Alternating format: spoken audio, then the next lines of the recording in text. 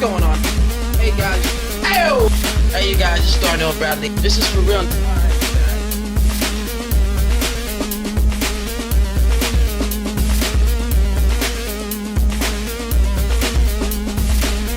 Hey guys, what's going on? It's your boy Darrnell Bradley back at y'all with another video. And today, we've got How Gaming Saved My Life, Gamers Without Borders, song by Dan Bull.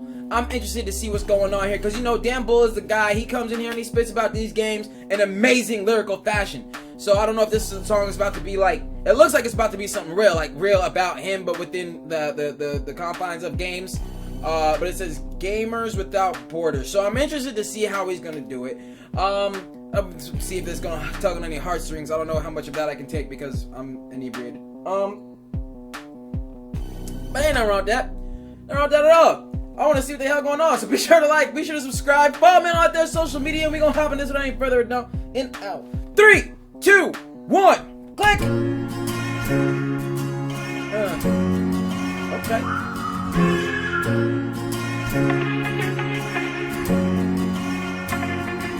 Video games helped me survive through the hardest times. Gaming kept me alive through the darkest nights. Gaming let me live a little life in my mind that I could quit if I didn't like it, but wouldn't have known it if I didn't try it. Cause there's a different type of literature, cinema, the vision of a different time. My daily life changed since I gamified it, made it mine. It wouldn't be the same if I stayed inside my alien mind.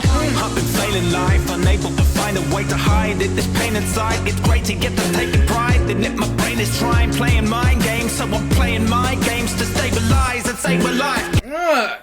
Mind games and playing my games. I like where he's going with this because, you know, I hear a lot of bad things about games in the sense of like these places you can go to play games and you sit on the computer forever and ever and ever and people don't eat this, that. So like and like just as parents to kids, when like I was a kid, you know, people just talking like games this, games that, how they can desensitize, but you never really hear anybody talk about like what games can do positive for people, because you got people that, you know, it's like it's a little escape, a little way to, you know, get out of your head, you know, just like dive into a different reality and like just do your own thing there. I love it. I like where this is already at. Brain is trying, playing mind games, so I'm playing my games to stabilize and save my life. Games let me keep score. One of the wise, I want to be able to summarize the basic reason why I'm even here for. See a door and open it, see a portal, go for it. See alone, you're motionless, you know to click and open up that coconut.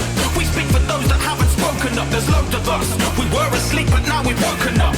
Games help me survive through the hardest times. Gaming kept me alive through the darkest nights. Although on the surface it seemed I was sitting isolated, my purpose really was to socialize outside my cage. You see, this virtual world was the environment I'd find my mates in, and be part of something larger than the size of my location.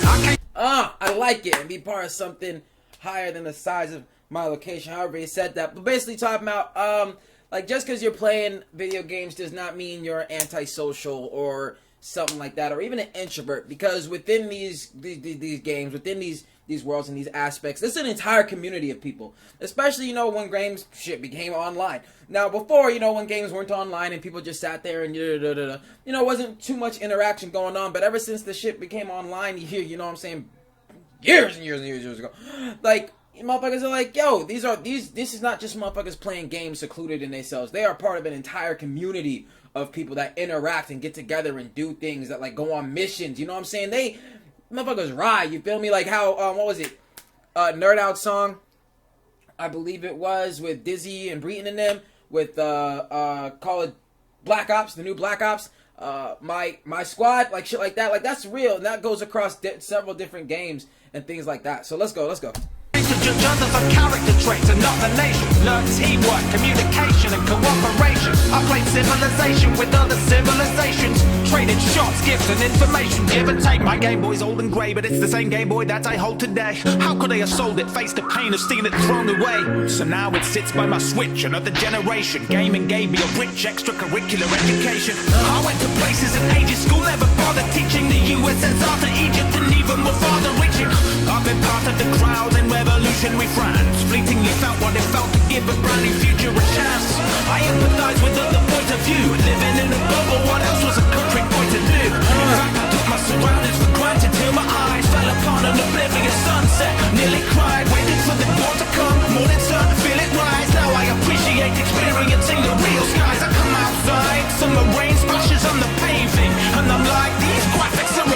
says, hold on, wait, he said something about the real skies. Hold on. Now I appreciate experiencing the real skies. I don't know if that's like a flying thing. I don't know, because he made a song about like a flight simulator. Like, does this man like fly for real? I don't know. I've drank too much to even think about that. All right. Real skies, I come outside, summer rain splashes on the paving, and I'm like, these graphics are amazing. How many polygons are in a single drop of liquid? The figure's probably bigger than even your God predicted. The laws of physics are a code by which we're not restricted, because we've been modding it since the first bit of rock was lifted. I like how he said that. I like how he put that together. Listen to this man.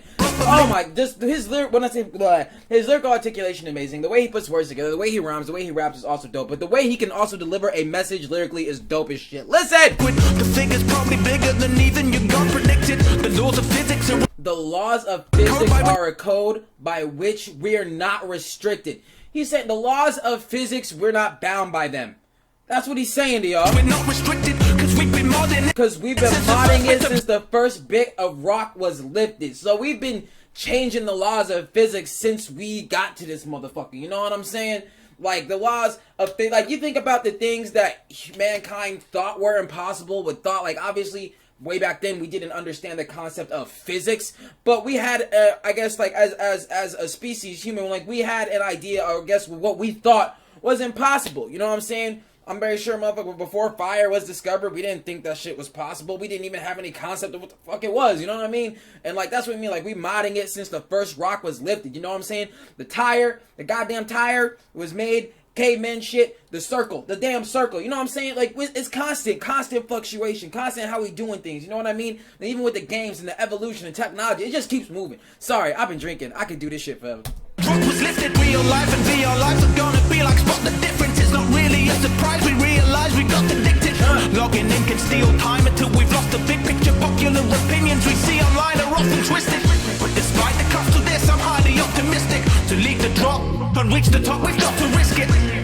We've got to paint on the wall of the cave, unless we want to keep replaying the oldest to save. You're not just holding the fort. Repaint the... Ooh, unless we want to keep replaying the oldest... Come on, bro.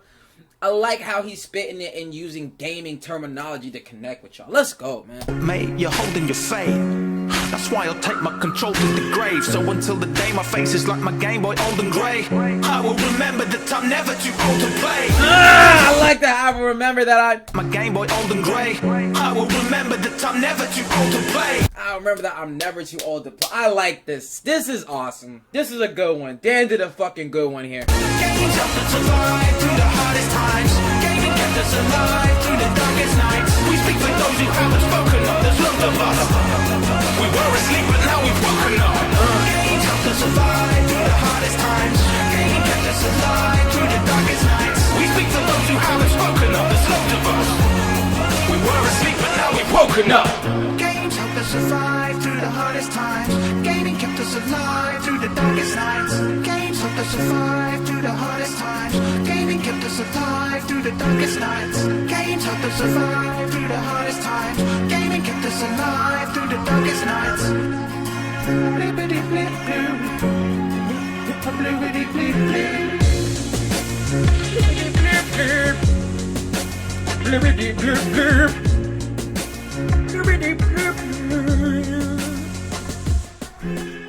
Hey, it's Yo, that was dope. Listen to dope shit here. That was dope for quite a few reasons. All right, yo, well, shit, fuck it. We ain't going just number, but we gonna go like this.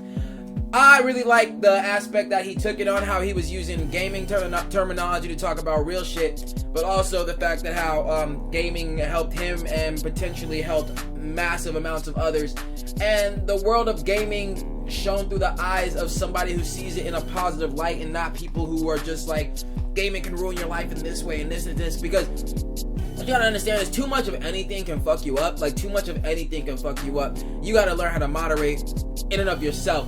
But for people who are going through things or find themselves in a bad spot, or like their mind or whatever, just everything around them, like the games, I can definitely understand and see how it's just a way to escape for a minute, you know, just do your own thing, just like into a world that has nothing to really do with the bullshit of your life.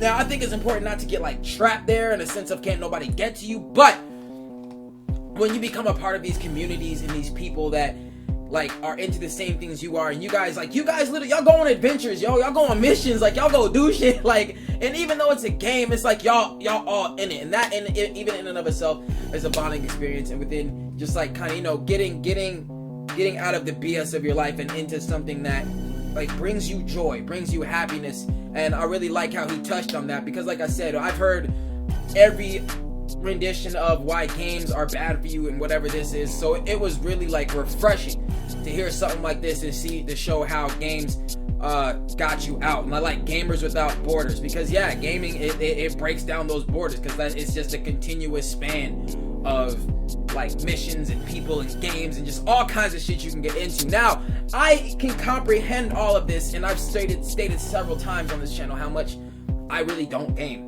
Like, I'm not into video games like that. I want to play some more. Honestly, listening to songs like this and Dan Bull's about to be a really big part of why I'm about to get into some damn video games. But even me as somebody who is not a gamer can understand that. You know what I'm saying? So this was dope, and that's my take on it. So be sure to like, be sure to subscribe, follow me on their social media, and I'll catch y'all next one, fam. Peace!